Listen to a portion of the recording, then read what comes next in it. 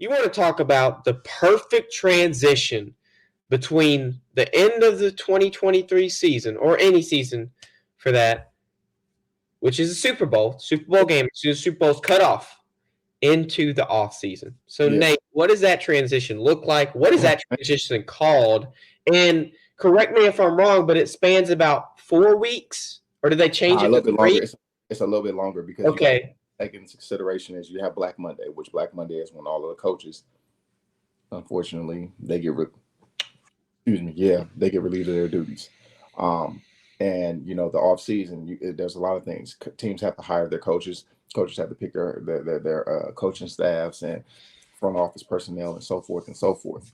Then we go into the free agency, and when the new league year begins. So I think, if I'm not mistaken, at 12 midnight, March 1st, the new league year begins. I'm not quite sure if it is March 1st, but just please, bear with me if I'm wrong, because I Rob or Jack or anybody, if y'all can look and see when the new league year begins. And then it's a conundrum of things that actually fall into place. You got free agency, guys that are going to be free agents, pending free agents, and so forth. You have guys that are going to be released from their contracts and so forth. The teams are reshaping and shaping themselves up in the likeness of their coaches, what the coaches and the GM, or excuse me, the coaches and the GM want and whatnot. Because again, the Chiefs were the last team. They just went back to back. The Chiefs were the team that raised the Vince Lombardi. So right now, believe it or not, the season actually begins. It's 4 p.m. by March 13th. Okay, cool. So when that starts, really the league year is literally it start to go. Because again, you got to start shaping your team. You got to look on a free agency wire, because guys are going to be released and whatnot, and you want to pick guys up and see if they fit the mold and the style of play and the core principles and the foundational principles of your team and what you're trying to establish and so forth. It's going to be a lot of movement, and this is an exciting time.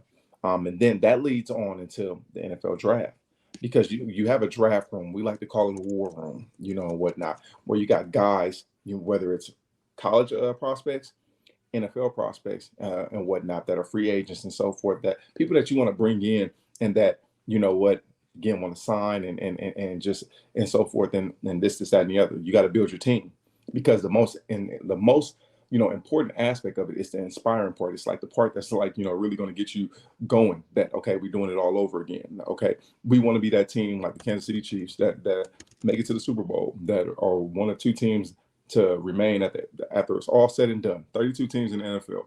Everybody's competing each year for one thing, and that's to play in the Super Bowl and to win the Super Bowl. And the aspirations, it gets you excited. So you got the coaches, checking out the combine, and then you got the draft, and just building the team from the ground up, replacing players that you may have lost in free agency and so forth, to drafting, younger talent. Because again, one thing the league is always going to look to is to get younger. You always have talent coming in, and you always want to get the best of the best to compete, because each year the league is getting younger, and it's hard. The Kansas City Chiefs have done something that has only been done by, I think, 5 or 6 other franchises, and that's win back to back. The I don't even Cowboys, know that many. the Cowboys, the Cowboys, Steelers, Niners, Patriots, Niners, Broncos. Steelers. Okay, well then, yeah, 16. By 5 other franchises. Again, Yeah, it's hard you're to right. repeat. It's hard to repeat in the It's NFL. hard. It's very, very hard, because again, each year is different. Each team, the season is not going to be the same. The team is going to be different. You're going to have new players and new places that are playing probably at a higher level, better level, and whatnot. And again, we saw the Rams win the Super Bowl 2 years ago, 3 years ago. 21, I think. Was Yeah, it 21? exactly. 2 Okay, years ago from this okay. one, yeah. Rams won. 22. Yeah, Rams won it. Tampa Bay won it, if I'm not mistaken, the year before. Again, now Kansas City has done something that hasn't been done since the 03-04 Patriots, and that's repeat. Now, I feel that the hardest thing, that it's hard to repeat, but it's damn near it's going to be a nice little gauntlet for them to three-peat, because that's something that's not heard of in football. Now, in basketball, yes, I mean, but it's That's not. because of how the money works in basketball. I, It's totally different.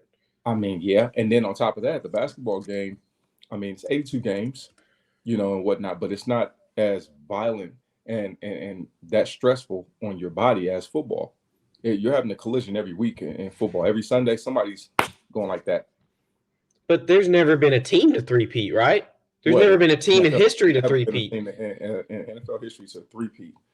Let alone, I think the only team that I think is the Buffalo Bills was the only team to actually go to 3 straight Super Bowls. Wait, I may be wrong. They lost 4 straight.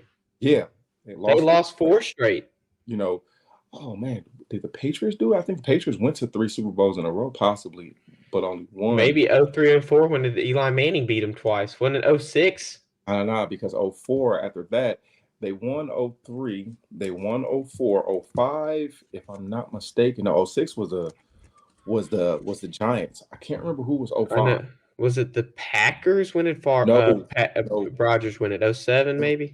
it was the Steelers. It had to have been the Steelers. So again, this time of the year in itself is so exciting. But again, football season is done to where you can't watch games on Sunday, but the work is actually being done. Like the front office personnel, the coaches, they're working right now because again, they're trying to build that team up to where they're going to be the team that actually, supplants the Kansas City Chiefs. And that's the most inspiring and exciting thing is that you want to be the team to knock off the champs. Well, this is the reason no team has ever three-peat before.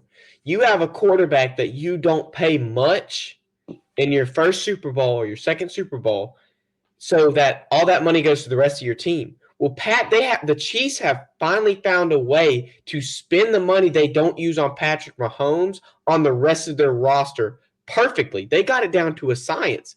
They spend this much money on Patrick Mahomes, and they know they're going to spend this much money on Patrick Mahomes. So they go ahead and say, what can we use this money in these other spots? Because you know they ain't using it for wide receiver. You know they ain't using it for wide receiver because if they did, they wouldn't have as many drops. But the reason these teams have not been able to win more than back to back is because of the contract for the quarterback. They're always trying. The quarterback is the highest paid person on that roster. Mhm. Once a quarterback wins 2 straight, they're like, give me my money. Patrick Mahomes already has his money. So Well, they know now that to use that money in other areas so that maybe they can win a three-peat. well, let me drop some knowledge on you about something.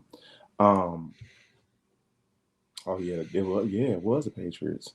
Okay, but this is one of the most beautiful things, and this is a page that's taken out of the book of Thomas Edward Patrick Brady. I know MJ is probably about to hate me for this, but Tom Brady started to really reinvent the rules of the game, and him and Bill Belichick, they manipulated the salary cap in itself to a big time. So Tom Brady has never been the highest paid player at his position, which he was deserving to be the highest paid player of his position on countless occasions.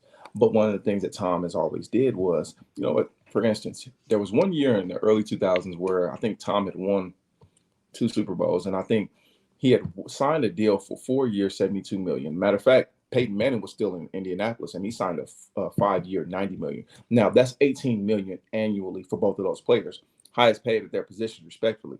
One of the things that Tom Brady has always did was he looked at the bigger picture. And that was Bill Belichick, his influence on him. Hey, all right, you get paid 18 million a year annually. So let's do this. Your base salary, and and all this other thing. We're gonna turn this into a roster bonus and a workout bonus. So it gives them a lot of cap relief. So again, instead of him making 18 million in one season, he'll probably be making, he'll take 16.5 of that or 17 million up front and take the veteran minimum, which at that time was 875 or 825 at the time.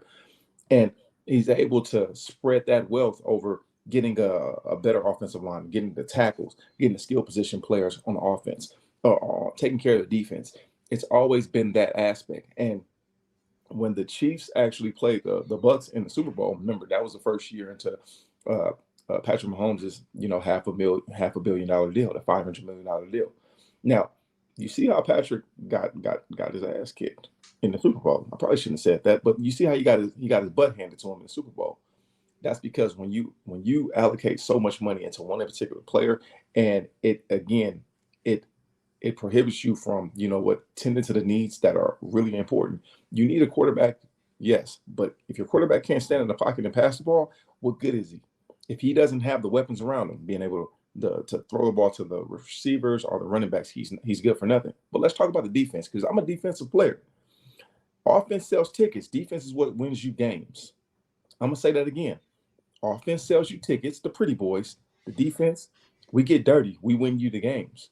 So you got to make sure in all aspects of the game, the team is taken care of, because you need it. And on top of that, don't forget, whether you like it or not, you need kickers and punters. You need your special team. So again, you have to really divide that money out to the proper positions, and just really make sure everything is afloat and a well-oiled prime machine. Well, you have, well, I don't know the exact number, but probably over 25 positions on your football team, counting defense, offense, and special teams. That sounds about right.